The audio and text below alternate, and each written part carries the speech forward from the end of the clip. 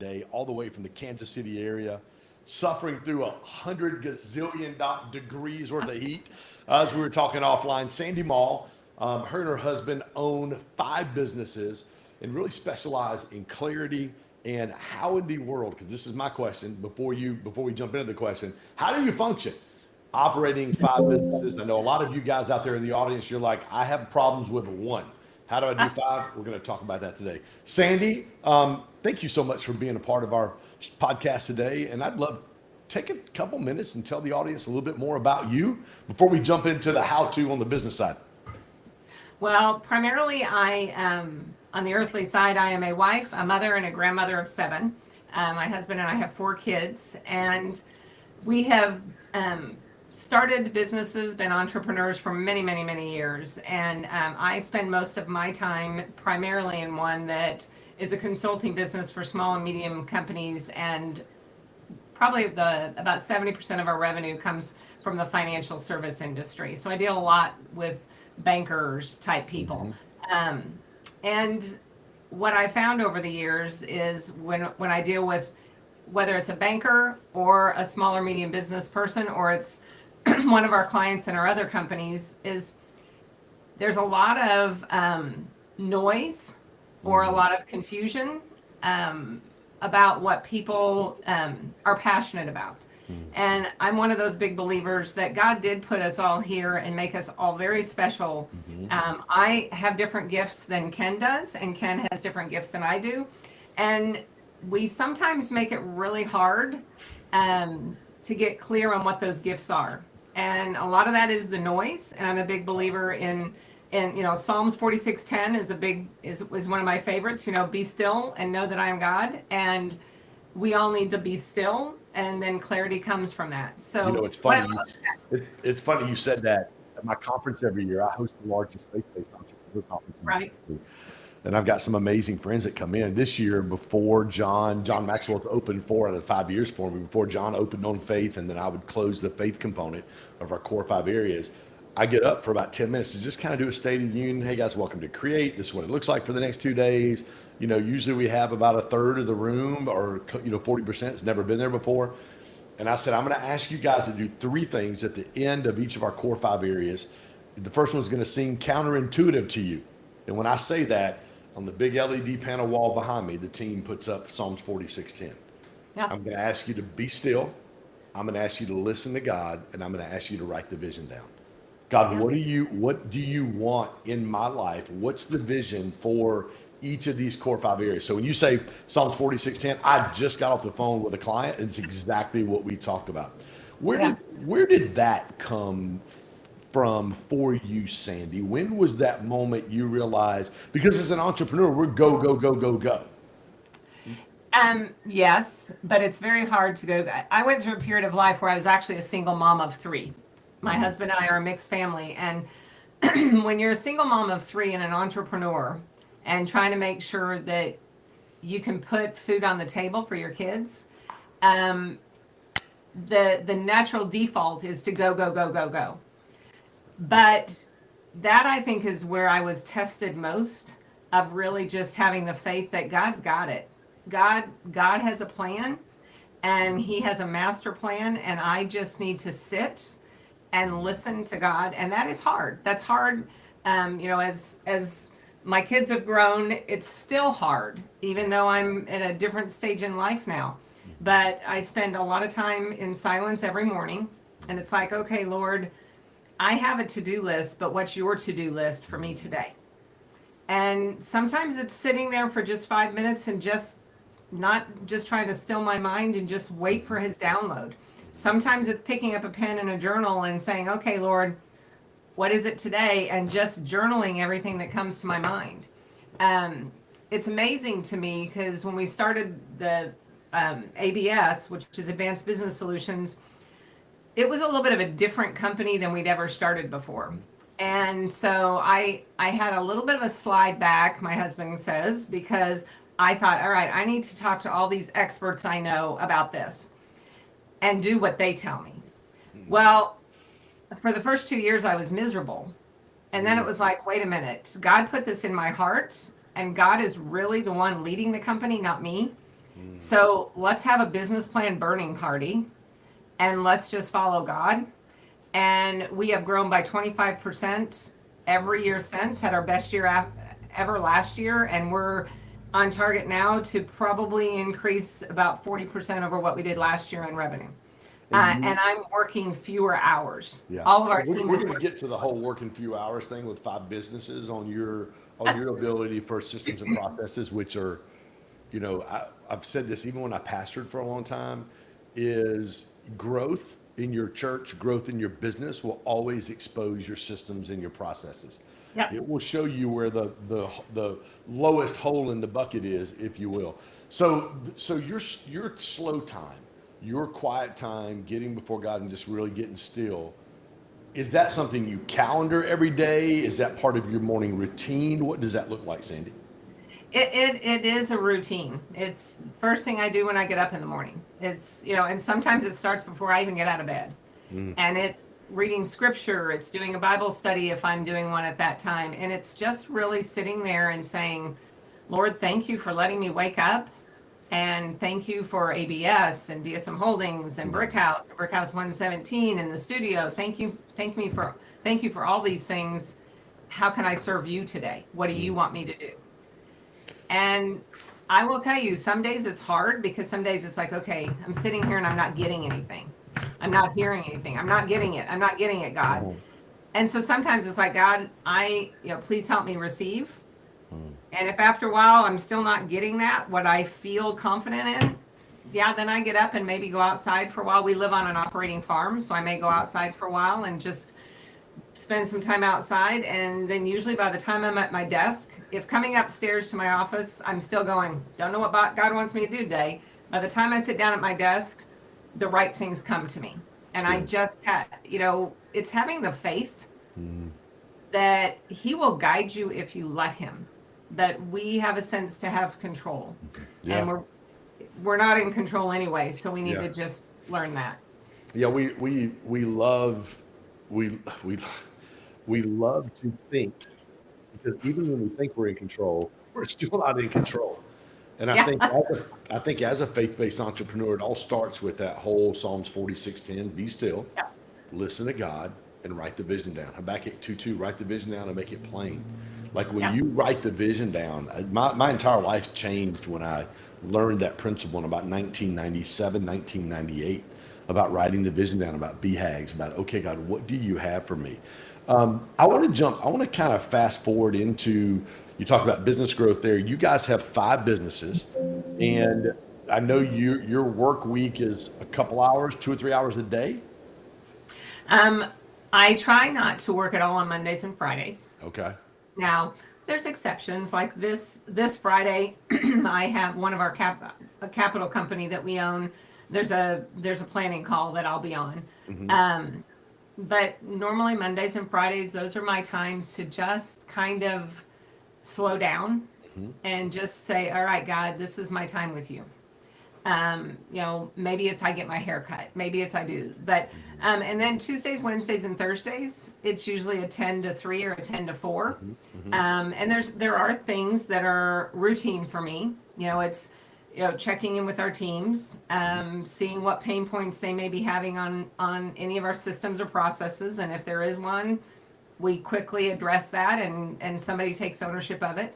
And I'll spend a little bit of time each week with clients, just because they're my passion too. And it's really just a matter of, all right, God, what do you want me to do next to help our team and our clients and serve you? This week has been an interesting week because we've had several touch points with clients, and we never ask for business, but we always remind them that we're here to serve them. And we've picked up 5 new engagements this week, and all from existing clients. And that to me is very important, because I don't want to have to go out and get new clients until I am fully serving the clients we have. Right. But it truly is systems, processes, and communication. The goal for me has been, I'm going to start slowing down, and the company needs to continue to run without me. They have the vision that we've set since we started the company, gosh, almost 20 years ago. And all of our companies, we know what our vision is, and it can change a little bit over time, but we really focus our systems and processes on, all right, what do we need to do to get to that vision and keep it simple? You know, somebody said, well, you must have all this technology. And I'm like, we actually don't have a lot of technology. We do things very simple. Yeah. So let's do this. I want to break down, because as business owners, we have a lot of faith-based entrepreneurs that listen to this show. Everybody hears systems and processes. So number one, I want you to tell me a specific system or process you have in your business, and how did you go about creating that? Well, I'll take one that's probably the most impactful, but also people say, well, that's so simple. It's our touch points with our clients. So let's start with, it's an existing client. We have a system where they are reached out by me I reach out to them at least once a quarter, and that's a face-to-face video or in person. I check on service, check on blah, blah, blah.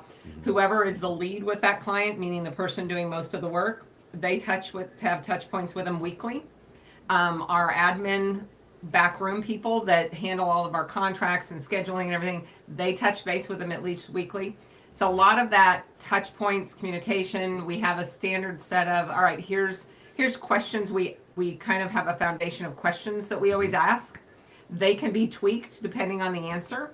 And then once if for example, I had a touch point last week with a client, and through that he said, I think I need this, and this, and I know you guys can help me.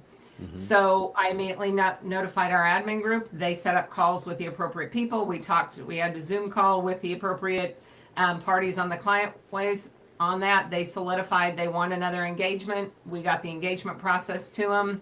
They signed. We have a kickoff call to get it going, and it's down the road. Sounds like a lot of steps, but really it's not. Let me ask real quick. So like on this specific one on your touch points, did you guys sit down and go, okay, what do we want the touch points to look like? Let's put this in a document. Is it in a document? Is it in a Google folder? Is it on a video? Or is the process automated? Help us out a little bit there. It's just a Word doc that looks a little bit like a flow chart. Okay. We keep things very simple. I mean, we have used very expensive CRMs in the past, and then we were paying a lot, but not fully utilizing them. So we are a Microsoft shop. We use Microsoft. We went back to just our CRM now is an Excel spreadsheet on Teams. I love it. And we keep it very simple. And there's a lot of client notes and everything on there. But it works for us. Now, I do have a demo. I'm looking at another system, potential CRM system after this.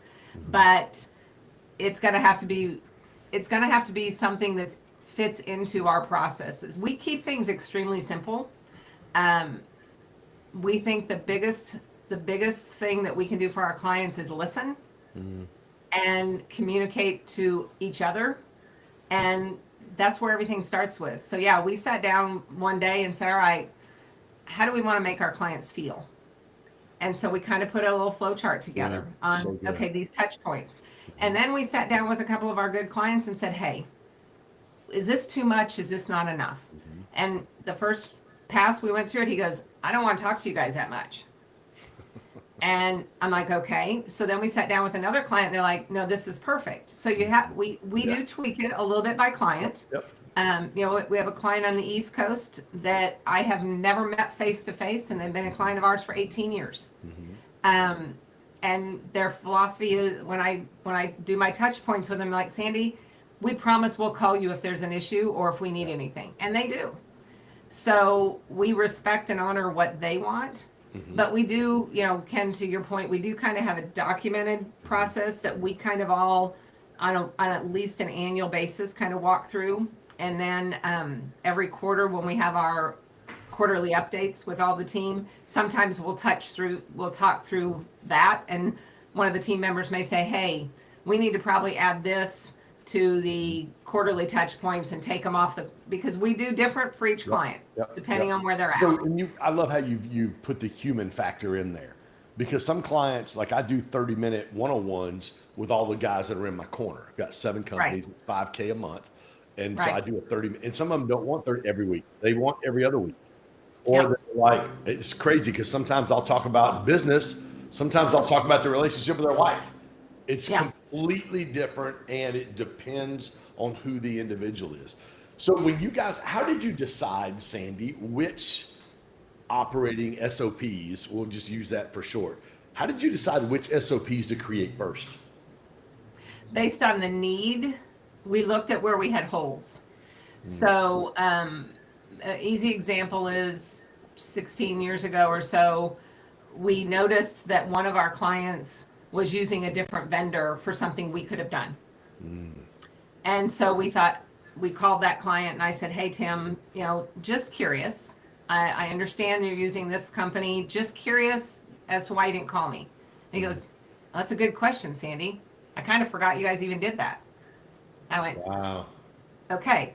So that's when our touch point, we call it our touch point flow and SOP kind of came about. It's like, all right, we were getting way too focused internally and forgot the external focus. So we've developed SOPs based on just the communicating of when I talk to the head of our divisions, it's like, all right, what's your biggest problem right now? And let's see, and then we look at commonalities and we see if it's something that we need to develop a system, a process, if it's a technology fix, if it's just a one-off. It all stems by communication and serving others. And how can we serve our clients and each other better? I absolutely love that. And I'm sure once you guys started implementing these SOPs, the rest of the team was like, yes, they loved it, because it just makes everybody's job easier. And we talked about clarity off air, so we're going to talk about clarity in just a minute, but it gives clarity. Like people understand exactly what their roles are. So when you do an SOP, you guys get together, figure out what it looks like, and then even when you have your annual reviews, you look at the SOP and say, where does this need to be tweaked? And then do you assign that SOP to somebody on the team that oversees that?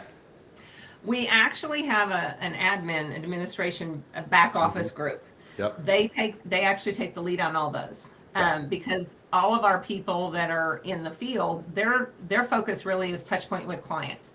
So they know, okay, if I see an issue with this client, I need to report it to admin because it may need to tweak an SOP. So our admin group is kind of the keeper of all of those. And we don't review them just annually. We are constantly looking at what can we do better? What can we do better? So prime example is yesterday we had a video meeting with a client, and simple thing, we have an SOP on when you have a new person coming into the team to work with the client, you always do an intro. You always put the personal touch on it. So you do 5-minute max, usually 3 minutes of the intro of who's on the call. Well, yesterday I dropped the ball on that one, but luckily Megan, who is on our team, was on that. She goes, wait a minute, Sandy, we need to do the intros real quick. Well, I knew everybody on there and I knew what the focus was. So my mind was already down to the end of the call, and we hold each other accountable to bring it back to say, no, this is important. That's good. The people aspect is important. No, I love that. SOPs, we talked about this again. I want to kind of steer off into clarity, because SOPs give clarity to pretty much the entire team. And I love how you said you guys go back. You don't just review them every year, but you're constantly reviewing those to make sure they work.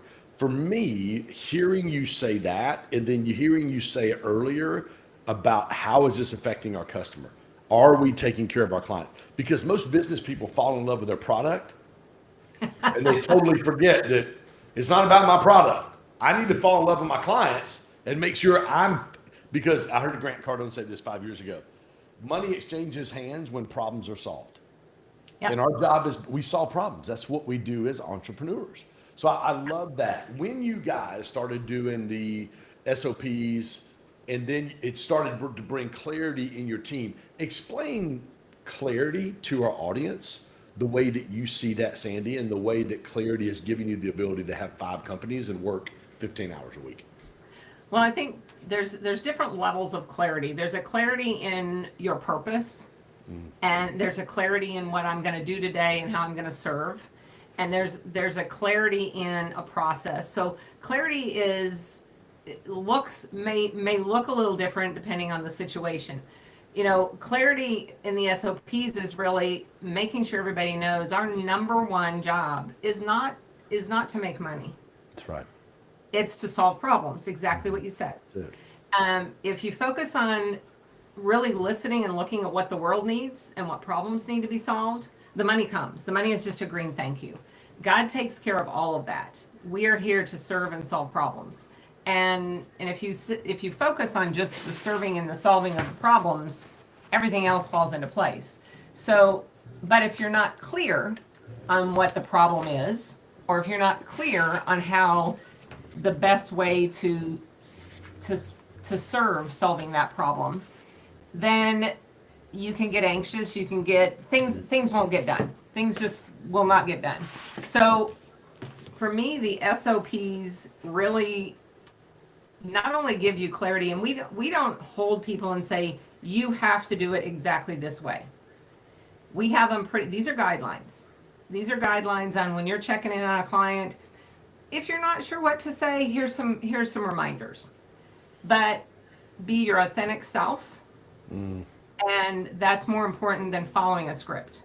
Yeah. So it really gave us, like all of our clients, you know, bank president I was talking to Monday, and he said, well, yeah, I talked to Teresa, and it's interesting to me that you ask the same questions, but you ask them different ways. And he's been a client of ours for years. And I said, and you probably answer them differently depending on how we ask it or who's asking it. And he goes, you're right, I do. I said, well, then we take that data and we talk and we say, all right, this is what Tim's problem is right now. So let's keep it simple. And what can we serve him with? How can we help him? It's very simple. We have a tendency to make things a little bit too complicated in our world.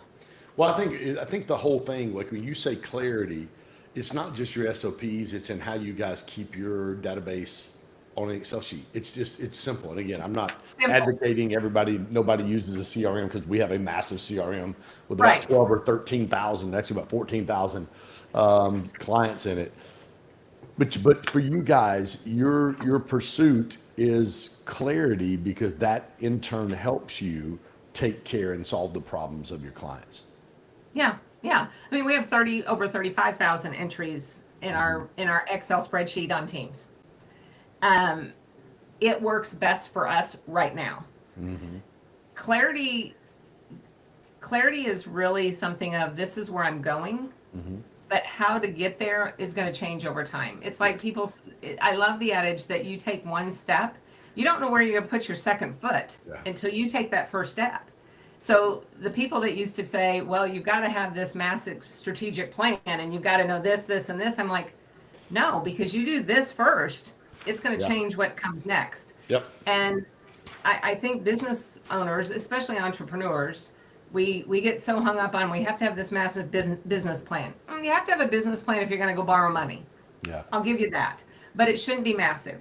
And you have to have this big strategic plan. What's your goal? What's your time frame? And what's the first step you're going to take? Maybe you want to think about, well, if this happens, we're going to do this, this, and this. But just focus first on the simple and taking that first step. I love my favorite Jim Rohn quote is, speed increases focus. It's my favorite one, because like the faster you move in the direction you know you're supposed to go, the more things become clear. And as entrepreneurs, I think sometimes, and I think even as faith-based entrepreneurs, like it's almost like all of a sudden our faith is gone and we're afraid to take steps. When I said this last month in our calls for our Circle and Corner members, we did our whole month was on finances. So it's called the stewardship shift. And I talked about how we don't have a money problem, we have a management problem. God doesn't reward hustle, God rewards faithful management. And if I steward well, God will send me more. So that means Yeah. it's my job to be obedient. It's God's job to build my business. Yep. So how And much? I love that because the reality is we are stewards. Yeah. We don't own anything on this earth. We are stewards. So if you focus on stewarding well, he will let you steward more. Yeah, 100%. Real quick, tell me what do you guys have coming on the horizon? Obviously, you've got 5 companies now. Tell me something exciting. What are you excited about right now, Sandy, in your entrepreneurial journey? Um, we we do mission work locally within our companies, but we are actually August 6th. I'm actually talking about potentially organizing a much larger mission trip that's going to be a little outside of our area. It will be in an area that ABS, that one of our companies serves, and our capital company actually kind of serves this area too. But that's probably the most thing I'm excited about is it's I love to watch when we take our teams to serve others, how it lifts our entire company.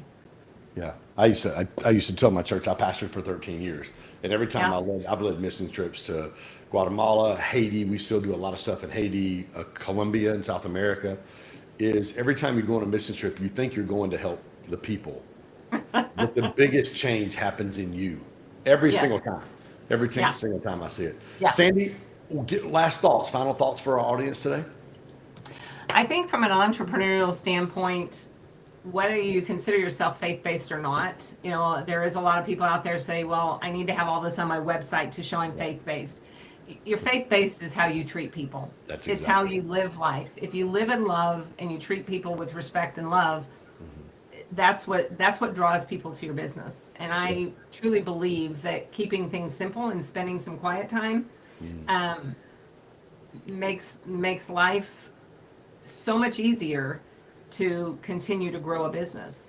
And I mean, I've talked to a young lady that she started a business, and then when I coached her into some quiet time practices, she called me one day and she goes, I'm not even in the right business. And I'm like, what makes you think that? And she goes, because in my quiet time this morning, my heart wasn't there. And so we talked through what she really wanted to do. And she said, I would have never thought of that on my own. And she says, I was just trying to put food on the table and make money. And she goes, when you've got me shifting away from what problem am I solving for people and how am I serving, it's a whole different ballgame. And that young lady right now, first year in business, did a nice heavy 6-figure revenue. That's awesome. Makes you feel good, doesn't it?